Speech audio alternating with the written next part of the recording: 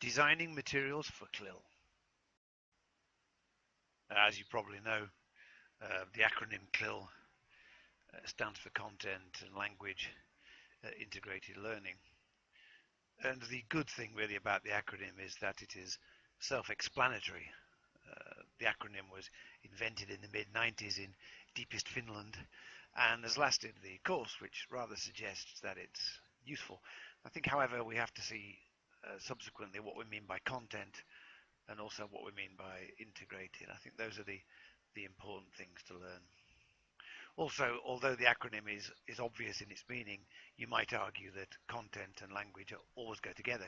One can never have content without language, and one can never have language without content.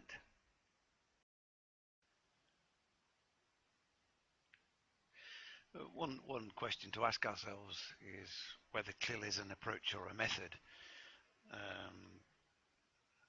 Clearly, the two things are related, but I would suggest that before something is an approach, which can often come with rather more, let's say, ideological aspects to it, I would suggest it's a method. I would think that if you talk about the Montessori approach, then obviously that derived organically from a series of events which were methodological, which finally made their way into an approach. I think that to call a CLIL an approach at the moment is still a bit risky, since we've only been going since 1995. One could argue that of course CLIL is itself derivative of previous approaches, but I think that in order to identify its parameters more clearly, it's probably easier to call it a methodology and say what that methodology consists of. I think when you look at task design, as I'm doing in this presentation, I think you can see more clearly what those parameters are or might be. A good way of looking at CLIL is to put yourself in the position of Inaki and June. Inaki is a common name for a Basque male. Let's assume that Inaki is a history teacher, and Inaki has been teaching history through Basque for 30 years. He's told by his principal that in September he'll be doing it in English. Well, of course, what Inaki does is he panics, but little by little he realizes that when September comes, he can't do it in quite the same way as he's been doing it in Basque for 30 years. And this really is the first methodological step that Inaki has taken. In other words, he's not assuming, as in assumptive teaching, he's not assuming that his students understand. He knows that his students are language defective. They might be very good at English in this case, but they are still language defective, and therefore the methodology that Inaki eventually uses in his history classes in English will, to some extent, have to be different.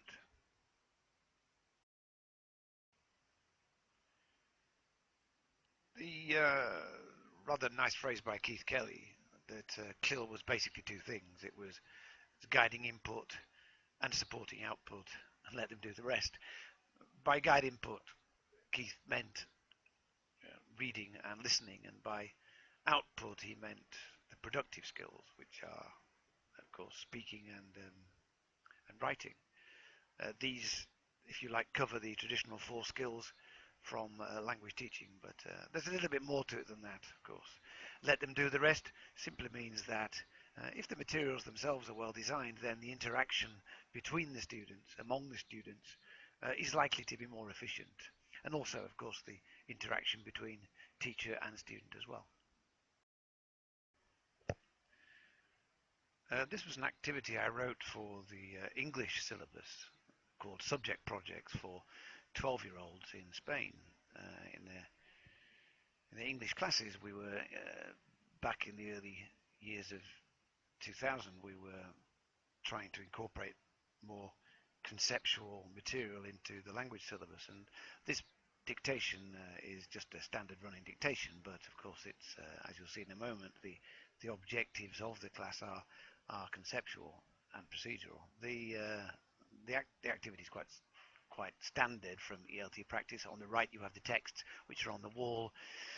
Students from each group memorize as much as possible, and then go back and dictate them to the writer in the group. The group can see only the planets in color and in scale, and eventually it's the group's job to match the texts with the planets. When I came to write the objective for the teacher's guide, I discovered this three-way interplay of content, in fact. So the green content at the top is the conceptual content to be acquired. The pink, purple content is what we might call the procedural skills used to work on the concept. They are language skills, you could argue, but in fact the language skills are deriving from the fact that I chose to write a running dictation for this class. And for example, I didn't choose to give them a text and ask them to read the text and to answer the questions that follow. So interpreting, transcribing, and producing descriptions are all cognitive skills as well. So we have, in the green, we have conceptual, then we have procedural, and at the bottom we have the language which is needed for this particular discourse context. You can't talk about the solar system in these terms unless you can say that Jupiter is bigger than Mars, or Jupiter is the biggest. The language discourse is very clear.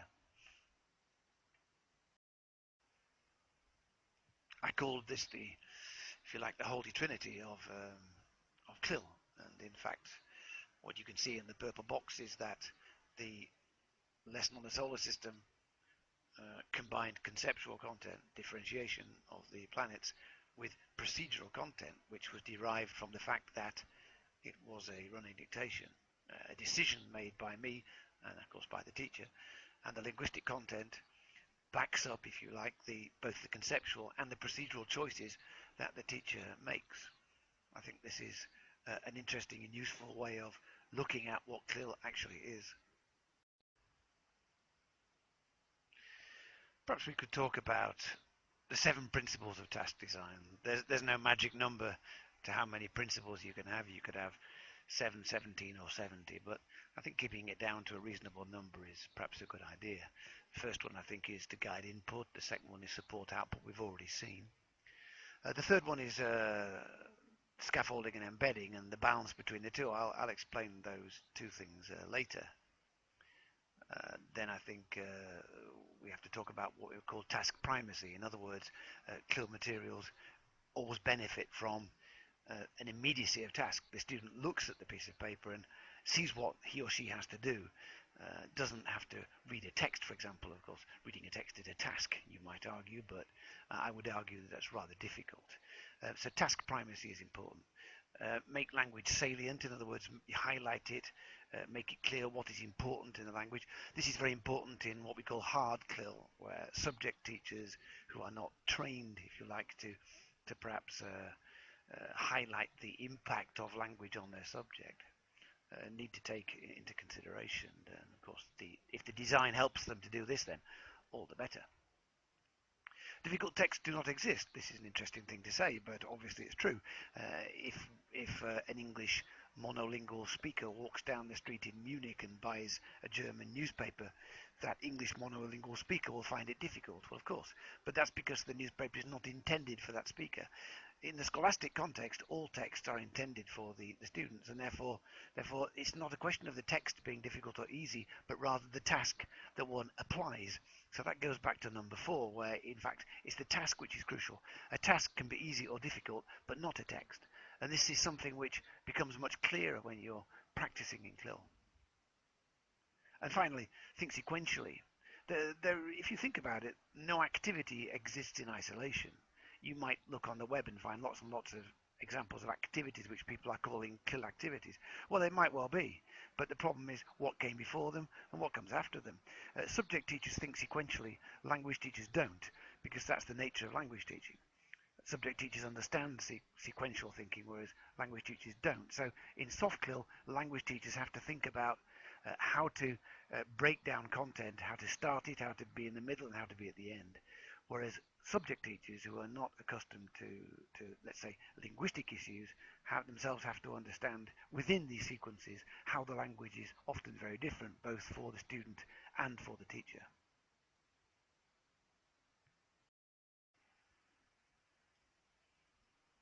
So, talking about the first one, what do we mean by guiding input? And And how can we best do this? Well, if you look at the following handout, if you like, this is again for 12-year-olds. It's the English syllabus. It's soft CLIL, but it's using the concepts of invention. The unit goes on for about 2 months. Invention obviously derives from what the Spanish call tecnología, technology, in the actual curriculum itself. And if you can see it says what is an invention, and the instruction says read the text and complete the mind map. The mind map I'll show you in the next slide. But I'm rather ashamed now of this title, and we're redoing the materials now, and of course I will change this. I will say complete the mind map by reading the text. It's a very different instruction. So read the text and complete the mind map. Why? Why should a student do that? Well, they have to read a mind map, but why read the text first? It's much better to say complete the mind map by reading the text, and then there's much more logic and much more coherence in the reading of the text. In other words, it gives the student reading strategies. They only have to fill in the mind map. This is the mind map. It's nothing special, but you can see there that on the left it says a single inventor, and a single inventor is a concept which you can find in the first paragraph of the previous text. The students go through those paragraphs and simply abstract things and fill in this mind map, and then have a decent idea of what invention as a concept might constitute. But they have a reason for reading the text, and that's what I mean also by task primacy.